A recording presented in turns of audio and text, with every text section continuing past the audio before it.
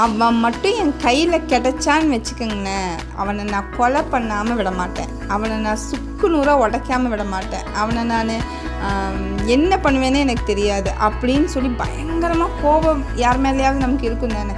எல்லாருடைய லைஃப்லேயும் ஒரு துரோகம் பண்ணிட்டு போனவங்க ஒருத்தவங்க இருப்பாங்க.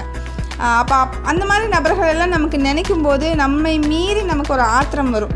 இவங்கெல்லாம் என்னடா மனுஷங்க, இவங்கெல்லாம் எதுக்கு தான் இருக்காங்களோ, அவங்களுக்கெல்லாம் உண்மையாலுமே மனசாட்சி கிடையாதா, இதயமே கிடையாதா அப்படிங்கிற மாதிரியெல்லாம் நம்ம ரொம்ப ஓவராக அதை பற்றி யோசி டிப்ரெஸ்ட் ஆகும். பட் சொன்னீங்களே, நான் ஒரு விஷயம் சொல்கிறேன். என்ன அப்படின்னா, இந்த மாதிரி நபர்களை நம்ம வாழ்க்கையில் நம்ம சந்திக்கிறோம் அப்படின்னு சொன்னால், எனக்கு தெரிஞ்ச அவங்க நம்ம வாழ்க்கையில் நம்ம இவால்வ் ஆகிறதுக்கு ஹெல்ப் பண்ணுறாங்க அப்படிங்கிறது தான் என்னுடைய கருத்து. என்ன அப்படின்னா, அது வரைக்கும் நம்ம எந்த விஷயத்தையுமே செய்யாதவங்களாக இருப்போம். பட் எப்போ நமக்கு ஒரு துரோகம் இழைக்கப்படுதோ, நம்ம வேண்டான்னு எப்போ ஒதுக்கப்படுறோமோ, அன்றைக்கி தான் நம்ம புதுசாக பிறக்கிறோம். ஆக்சுவலாக அப்போ தான் நம்ம யாருங்கிறதையும் நம்ம தேட ஆரம்பிக்கிறோம், நமக்குள்ளே என்ன திறமை இருக்குங்கிறதையும் நம்ம தேட ஆரம்பிக்கிறோம், நம்ம என்ன கொடுக்குறோங்கிறதையும் அப்போ தான் நம்ம யோசிக்க ஆரம்பிக்கிறோம். அது வரைக்கும் நம்ம என்ன பண்ணுவோன்னா, அதை பற்றியே சிந்திக்க மாட்டோம்ல, ஜஸ்ட் லைக் தட் அப்படியே போயிட்டே இருப்போம்.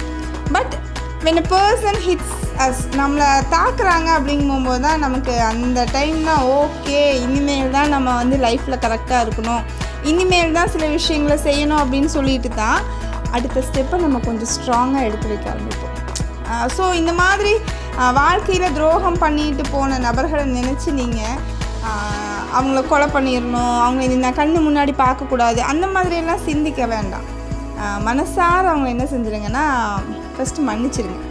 தென் செகண்ட் திங், அவங்களுக்கு நன்றி சொல்லுங்கள். இந்த 2 விஷயமும் நீங்கள் அவங்கள நினச்சி நீங்கள் செய்யும் போகும்போது இன்னும் உங்களுடைய வாழ்க்கையில் நீங்கள் அதிகமாக மேலே போகிறது தான் நீங்கள் பார்ப்பீங்களே தவிர கண்டிப்பாக கீழே போக மாட்டீங்க. ஏன் அப்படின்னா, ஃபர்கிவ்னஸ் அப்படிங்கிறது சாதாரண விஷயம் கிடையாது. நீங்கள் ஃபர்கிவ்னு சொல்லும்போது ஃபஸ்ட்டு உங்களை நீங்கள் ஃபர்கிவ் பண்ணிக்கிறீங்க, உங்களை நீங்கள் மன்னிச்சுக்கிறீங்க.